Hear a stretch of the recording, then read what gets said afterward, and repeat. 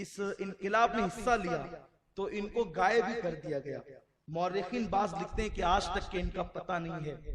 مجھے حیرت ہے، کوئی پھانسی پر چڑھا ہے، کوئی جیل گیا ہے، کسی کو غائب کر دیا گیا ہے. یہ ہمارے بزرگ ہیں، سزائیں اس طرح ہوتی ہے. اس کے بعد سید احمد اللہ مدراسی، مولانا یہ سید احمد اللہ مدراسی، ان کا بھی بہت بڑا رول رہا ہے.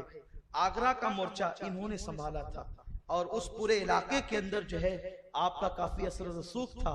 اور اللہ تبارک و تعالیٰ نے آپ کو وہ ذات بنایا تھا کہ لوگ جو ہے وہ آپ سے قربت کے لیے بڑے بیتاب ہوتے تھے. یعنی تسخیر خلائق اللہ نے ان کو عطا فرمائی تھی. اتنے آپ کے ماننے والے تھے اور آپ نے اپنے ماننے والوں کو ملک اور ملت کے لیے استعمال فرمایا.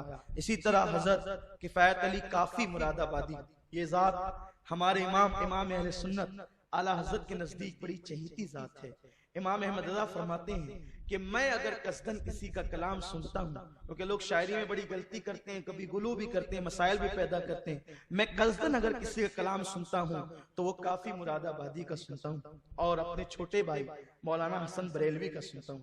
بلکہ کافی کو تو یہ شرف حاصل ہے، میں سلام کرتا ہوں جھک جھک کر کافی کی شاعری کو، کہ شاہ امام احمد رضا نے فرمایا کہ کافی شاعری کے میدان میں، نعتیہ شاعری کے میدان میں بادشاہ ہے اور میں ان کا وزیر اعظم ہوں.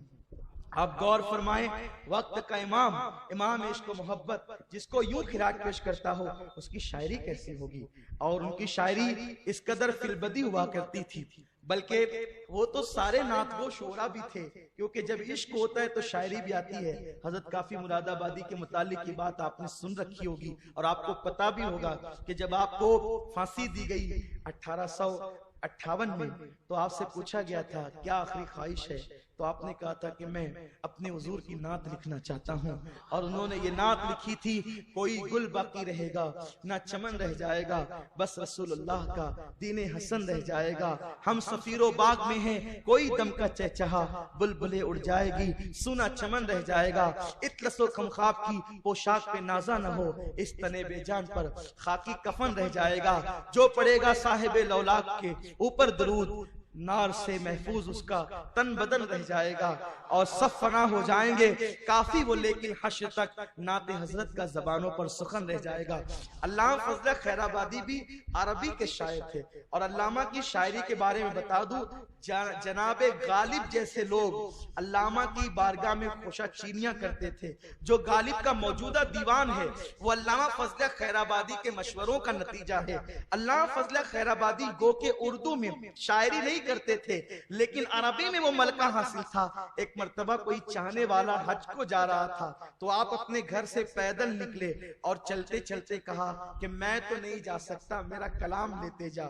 اور رستے میں چلتے چلتے جو اشعار لکھائے تھے اس کے بارے میں مشہور ہے کہ وہ 50 سے زیادہ اشعار تھے. یعنی دو نعتیں فی البدی، بس چلتے چلتے یہ لکھ لو یہ لکھ لو یہ لکھ لو فی البدی.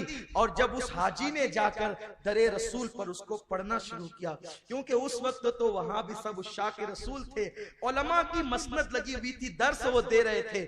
جب علامہ کا کلام عربی میں اس ظاہر طیبہ نے پڑھنا شروع کیا تو لوگ اپنی درس گاہوں کو سمیٹ کر آ گئے اور تڑپنے اور رونے لگے. اور ان سے کہا کہ یہ کلام کسی ہندی کا نہیں ہو سکتا، یہ کلام تو کسی عربی کا، وہ بھی بمشکل ہو سکتا ہے. جب بتایا گیا کہ وہ بمشکل نہیں، اس ہندی نے چلتے چلتے لکھائے ہیں، تو لوگوں نے کہا کہ پھر یہ شاعری کا کمال نہیں، یہ عشق مصطفیٰ کا کمال ہے. یہ وہ لوگ ہیں جنہوں نے ملک کے لیے، ملت کے لیے جانیں دی ہیں. حضرت مفتی عنایت احمد کاکوروی، حضرت مولانا رحمت اللہ کیرانوی، مولانا ڈاکٹر وزیر خان، مولانا وحاج الدین مراد آبادی، مولانا رضا علی بریلوی رحمت اللہ تعالی. یہ مولانا رضا علی جو ہے سیدی اعلیٰ حضرت رضی اللہ تعالیٰ کے جو ہے وہ دادا ہوا کرتے ہیں. مولانا امام بخش صہبانی، منشی رسول بخش کاکوروی، غلام امام شہید.